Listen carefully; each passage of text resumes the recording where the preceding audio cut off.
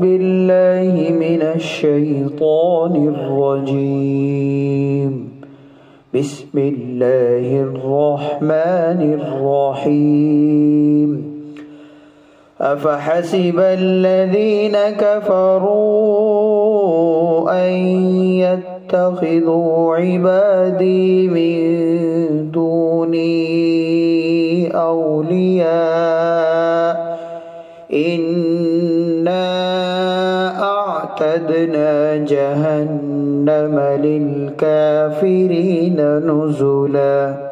جن لوگوں نے کفر اپنا لیا ہے کیا وہ پھر بھی یہ سمجھتے ہیں کہ مجھے چھوڑ کر میرے ہی بندوں کو اپنا رکھوالا بنا لیں گے؟ یقین رکھو کہ ہم نے ایسے کافروں کی مہمانی کے لیے دوزخ تیار کر رکھی ہے۔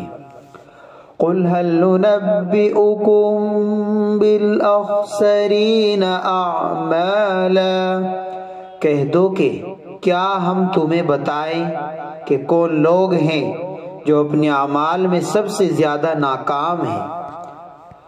الذين ضل سعيهم في الحياة الدنيا وهم يحسبون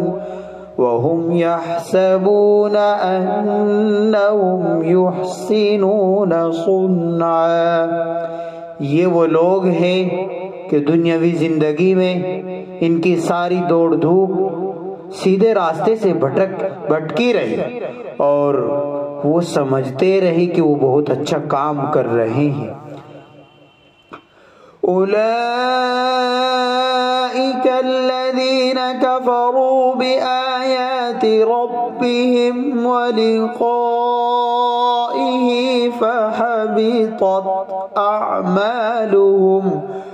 فحبطت أعمالهم فلا نقيم لهم يوم القيامة وزنا۔ یہ وہی لوگ ہیں جنہوں نے اپنے مالک کی آیتوں کا، اپنے مالک کی نشانیوں کا اور اس کے سامنے پیش ہونے کا انکار کیا، اس لیے ان کا سارا کیا دھرا غارت ہو گیا۔ چنانچہ قیامت کے دن ہم ان کا کوئی وزن شمار نہیں کریں گے۔ ذَلِكَ جَزَاؤُهُمْ جَهَنَّمُ بِمَا كَفَرُوا وَاتَّخَذُوا آيَاتِي وَرُسُلِي هُزُوًا۔ یہ ہے جہنم کی شکل میں ان کی سزا، کیونکہ انہوں نے کفر کی روش اختیار کی تھی اور میری آیتوں اور میرے پیغمبروں کا مذاق بنایا تھا۔ ان الذين آمنوا وعملوا الصالحات كانت لهم جنات الفردوس نزلا۔ دوسری طرف جو لوگ ایمان لائے ہیں اور جنہوں نے نیک عمل کیے ہیں ان کی مہمانی کے لیے بے شک فردوس کے باغ ہوں گے، فردوس کے باغات ہوں گے۔ خالدین فیہا لا یبغون عنہا حولا، جن میں یہ جنتی ہمیشہ رہیں گے اور وہاں سے کہیں اور جانا نہیں چاہیں گے۔ میرے پیارے دینی بھائیوں، سورہ کہف کا یہ تفسیری سلسلہ اور اس کا یہ درس بالکل سورہ کہف کے آخری مرحلے تک پہنچنا چاہتا ہے اور اگلی نشست میں یہ سورت انشاءاللہ تکمیل تک پہنچ جائے گی۔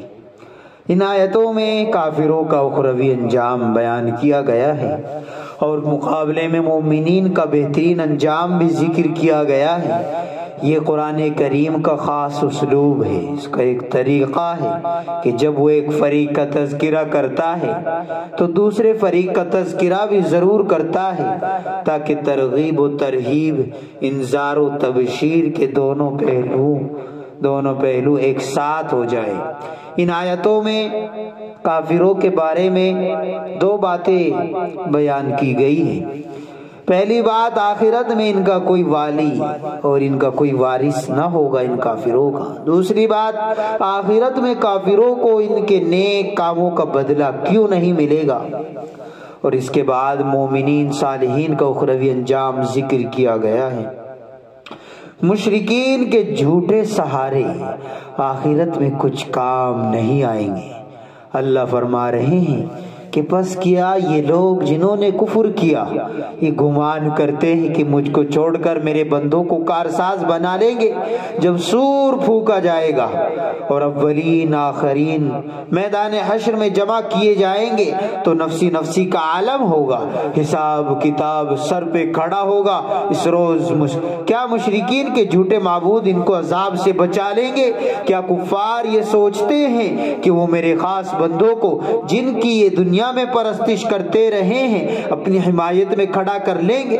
ہرگز نہیں۔ اس دن اللہ کی منشا کے بغیر کوئی کسی کی سفارش نہیں کر سکے گا، اور جب اللہ تعالیٰ کے خاص بندے اس روز کچھ نہیں کر سکیں گے تو دیگر مخلوقات جن کی کفار پوجا پاٹ کرتے ہیں کیا ان کو یہ نفع پہنچا سکتی ہیں؟ ہم نے کافروں کی ضیافت کے لیے جہنم تیار کر رکھی ہے، پس کفار کا اللہ تعالیٰ کی رحمت سے امید باندھنا فضول ہے کہ اللہ تعالیٰ کی رحمت ان بندوں کے حصے میں آ جائے گی ان کو وہاں بھی نہیں۔ اللہ کی رحمت تو ان بندوں کے حصے میں آتی ہے جو اللہ پر سچا ایمان رکھتے ہیں۔ جو لوگ غیر اللہ سے لو لگائے رہتے ہیں ان کے نصیب میں جہنم کے انگارے ہیں اور وہی ان کی مہمانی کا کھانا ہے۔ کتنا برا کھانا ہے، کیسا ہے یہ برا کھانا۔ کافروں کو آخرت میں نیک کاموں کا بدلہ کیوں نہیں ملے گا؟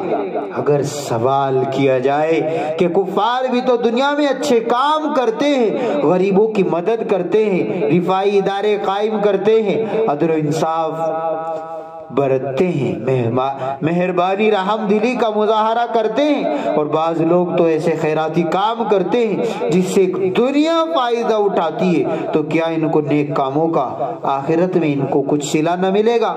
جواب یہ ہے کہ ان کے لیے آخرت میں کوئی صلہ کوئی بدلہ نہیں، اور اس کی دو وجوہات ہیں۔ پہلی وجہ یہ کہ کفار کے سارے مقاصد دنیا تک محدود ہیں، ان کو نتائج اعمال ان کے نتائج اسی وقت دنیا میں ان کو اپنے اعمال کے نتائج اسی دنیا میں چاہیے، اسی دنیا میں ان کو اپنے نتائج مطلوب ہے، اس لیے ان کے اعمال اسی دنیا فانی کے ساتھ فنا ہو جائیں گے۔ آخرت میں کام آنے والے تو بس وہی اعمال ہے جو اللہ تعالیٰ کی خوشنودی کے لیے کیے گئے ہیں، اور کافر چونکہ اللہ پر ایمان صحیح سے ایمان نہیں رکھتا، نہ آخرت کا اسے سچا یقین ہے، نہ قبر کا نہ حشر کا، اس لیے اس کے اعمال آخرت میں بیکار ہوں گے۔ چنانچہ اللہ فرما رہے ہیں کہ اے پیغمبر آپ دریافت کیجئے کہ کیا ہم تم کو ایسے لوگ بتائیں جو اعمال کے اعتبار سے سب سے زیادہ گھاٹے میں ہوں گے؟ یہ وہ لوگ ہیں جن کی کرائی محنت دنیا کی زندگی میں اکارت ہو گئی اور وہ اسی خیال میں رہے کہ وہ اچھے کام کر رہے ہیں۔ وہ لوگ دنیا میں دن رات دوڑ دھوپ کرتے رہے، اس خوش فہمی میں رہے کہ ہمارا دن بھی آخرت میں کام آئے گا، مگر موت کے بعد جب آنکھ کھلی تو پتا چلا کہ کچھ بھی ساتھ نہیں آیا، سب کام دنیا ہی میں رہ گئے، کیونکہ ان کی ساری تگ و دو قد و کاوش وہ بس دنیا کے لیے تھی۔ دوسری وجہ یہ ہے کہ آخرت میں اجر پانے کے لیے ایمان شرط ہے، اور کفار چونکہ ایمان نہیں رکھتے اس لیے آخرت میں ان کو کوئی صلہ کوئی بدلہ نہیں ملے گا۔ یہ دو وجوہات ہیں جس کی بنا پر غیر مسلموں کو آخرت میں ان کو اجر نہیں ملے گا۔ یہ وہ لوگ ہیں جنہوں نے اپنے پروردگار کی آیتوں کا اور اللہ کے حضور میں پیشی کا انکار کیا، چنانچہ ان کے سارے اعمال اکار غبارت اور ضائع ہو گئے، ختم ہو گئے، پس قیامت کے دن ہم ان کا ذرہ بھر بھی وزن قائم نہ کریں گے۔ ان کے اعمال جو ظاہر میں بڑے اچھے نظر آتے ہیں، میزان حساب میں ان کا کوئی وزن نہ ہوگا۔ حضرت صلی اللہ علیہ وسلم کا ارشاد ہے، قیامت کے دن ایک آدمی لمبا اور فربا آئے گا جو اللہ کے نزدیک مچھر کے پر کے برابر بھی وزن نہ رکھتا ہوگا۔ فرمایا اگر اس کی تصدیق چاہو تو قرآن کی آیت پڑھو، فَلَا نُقِيمُ لَهُمْ يَوْمَ الْقِيَامَةِ وَزْنًا۔ اور حضرت ابو سعید خدری رضی اللہ عنہ فرماتے ہیں کہ قیامت کے دن ایسے ایسے اعمال لائے جائیں گے جو جسامت میں تہامہ کے پہاڑوں کے برابر ہوگے، مگر میزان عمل میں ان کا کوئی وزن نہ ہوگا۔ غرض جس شخص کا عقیدہ اور ایمان درست نہ ہو، خواہ کتنی ہی اچھے اعمال کرے، کتنی ہی محنت اٹھائے، وہ آخرت میں بیکار اور ضائع ہے۔ قرآن کریم میں جگہ جگہ اعمال کی قبولیت کے لیے ایمان کی شرط لگائی گئی ہے، اس لیے کفار کو ان کے اچھے کاموں کا آخرت میں کوئی صلہ نہیں ملے گا۔ کفار کا برا انجام ہونے والا ہے، ان کی سزا جہنم ہے، اس وجہ سے کہ انہوں نے کفر اختیار کیا، اللہ کی آیتوں اور اللہ کے رسولوں کا مذاق اڑایا۔ صرف کفر و شرک اختیار نہ کیا بلکہ ترقی کر کے یہاں تک پہنچ گئے کہ اللہ کی کتابوں کا، پیغمبروں کا، احکام الہی کا تمسخر کیا، ٹھٹا کیا، مذاق بنایا۔ یہ ہے ان کا صلہ، اور یہ جہنم ان کو ملے گی صلہ میں، بدلے میں۔ اب چونکہ اللہ کا دستور ہے اور قرآن کا یہ اسلوب ہے کہ ایک فریق کا، چونکہ دو ہی فریق ہے، جنت والے جہنم والے، تو اگر جنت والوں کا تذکرہ قرآن کر رہا ہے تو اب وہاں جہنم والوں کا بھی تذکرہ کر رہا ہے، اور جہنم والوں کا اگر ہو رہا ہے تذکرہ جیسا کہ ابھی ہوا، تو اب مومنین اور جنت والوں کا انجام بھی قرآن بیان کر رہا ہے کہ بے شک جو لوگ ایمان لائے، انہوں نے نیک کام کیے، ان کی میزبانی کے لیے بہشت کے جنت کے باغات ہیں جن میں جنتی ہمیشہ رہیں گے، اور جنت سے ان کو انتقال مکانی کی خواہش نہ ہوگی، اور یہ وہاں سے نکالے جائیں گے، وہاں سے نہ نکلیں گے۔ فردوس جنت کا سب سے اعلیٰ اور افضل درجہ ہے۔ فردوس ایسے باغ کو کہتے ہیں جس کے گرد دیوار بنی ہوئی ہو، وسیع ہو، اس میں گھنے درخت ہو، ہر قسم کے پھل خصوصاً انگور کے پھل پائے جاتے ہو۔ جنت کا یہ مقام اہل ایمان کے لیے لازوال دائمی نعمت ہے۔ جو شخص جنت میں داخل ہوگا وہاں سے کبھی نہیں نکالا جائے گا، نہ اس کا وہاں کبھی جی اکتائے گا، دوسری جگہ منتقل ہونے کی خواہش نہ ہوگی۔ وہ جنت کی نوبنو نعمتوں اور دلکش فضاؤں سے ہمیشہ مسرور و محفوظ اور محظوظ ہوتا رہے گا۔ اللہ تبارک و تعالی ہمیں اسی جنت کا ہمیں حقدار بنا دے، اور اول وہلے میں ہم سب کو جنت میں اللہ رب العزت